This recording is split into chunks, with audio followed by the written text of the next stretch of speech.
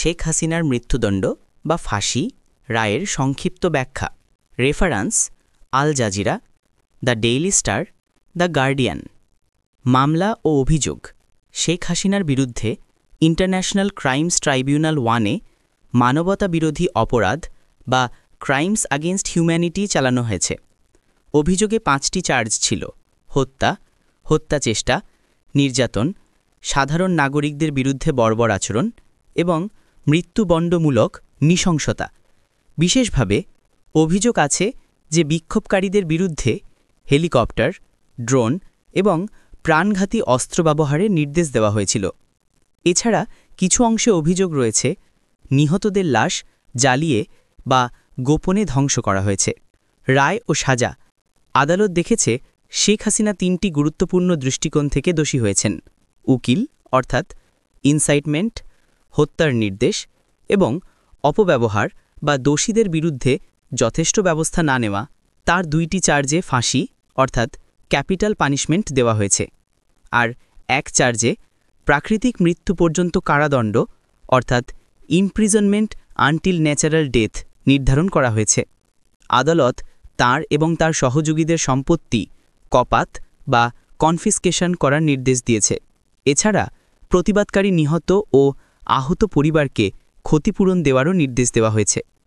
প্রমাণ ও প্রক্রিয়া: বিচারের সময় সাক্ষীদের কথা, ভিডিও ফুটেজ এবং অন্যান্য দলিল ব্যবহার করা হয়েছে।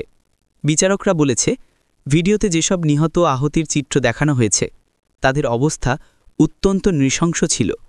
রায় 4-5-3 পাতার বিচার বর্ণনায় দেওয়া হয়েছে, যা বেশ বিশ্লেষণাত্মক। রায় প্রকাশ ও প্রতিক্রিয়া: রায় গণমাধ্যমে সার্বজনীনভাবে প্রচার করা হয়েছিল এবং অনেকেই আদালতে উল্লাস করেছিলেন, আবার বিভিন্ন পরিবারের সদস্য কান্নায় ভেঙে পড়েছিলেন। শেখ হাসিনা বলেছে, রায় পক্ষপাতমূলক এবং রাজনৈতিক অনুপ্রাণিত। তিনি দাবি করেছেন তিনি ভালো বিশ্বাসে কাজ করেছিলেন এবং পরিস্থিতি নিয়ন্ত্রণহীন হয়ে গিয়েছিল, তবে পূর্ব পরিকল্পিত হত্যাকাণ্ড ছিল না।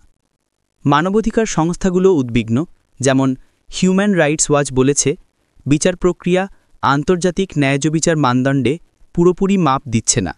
বিশেষভাবে HRW বলেছে, হাসিনা তার পছন্দের আইনজীবীর দ্বারা প্রতিনিধিত্ব করতে পারেননি এবং পুরো সুষ্ঠু প্রতিরক্ষার সুযোগ পাননি। আইনি দিক ও ভবিষ্যৎ সম্ভাবনা: রায় আবেদনের সুযোগ রয়েছে। তিনি আপিল করার জন্য সর্বোচ্চ আদালতে যেতে পারেন যদি শর্ত মেটেন। তবে সমস্যা হল তিনি দেশের বাইরে অর্থাৎ ভারতে আছেন, তাই গ্রেফতার বা আত্মসমর্পণ না করলে আপিল প্রক্রিয়া জটিল হতে পারে। রায় কার্যকর করার ক্ষেত্রে রাজনৈতিক ও আইনি বাধা থাকতে পারে, যেমন আন্তর্জাতিক চাপ, বাংলাদেশ ও ভারতের কূটনৈতিক সম্পর্ক ইত্যাদি। বিশ্লেষণ সংক্ষেপে: গুরুত্বপূর্ণ দৃষ্টিকোণ: রায়টি অত্যন্ত গম্ভীর, কারণ এটি একটি সাবেক প্রধানমন্ত্রীর উপর মানবতা বিরোধী অপরাধ এবং মৃত্যুদণ্ড বিধান করে। প্রমাণ শক্তিশালী: আদালত প্রমাণ ও সাক্ষীর ভিত্তিতে হাসিনার বিরুদ্ধে গুরুতর অভিযোগ মেনে নিয়েছে।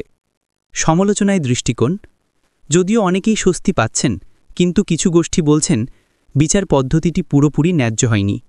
ভবিষ্যতে রাস্তা কঠিন, রায় কার্যকর করা সহজ হতে পারে না। এছাড়া তার নিজের আইনি প্রতিরক্ষা ও রাজনৈতিক পুনরায় অংশগ্রহণ সম্ভাবনা রয়েছে, কিন্তু তা অনেক চ্যালেঞ্জের মধ্যে দিয়ে যাবে। Reference: Al Jazeera, the Daily Star, the guardian.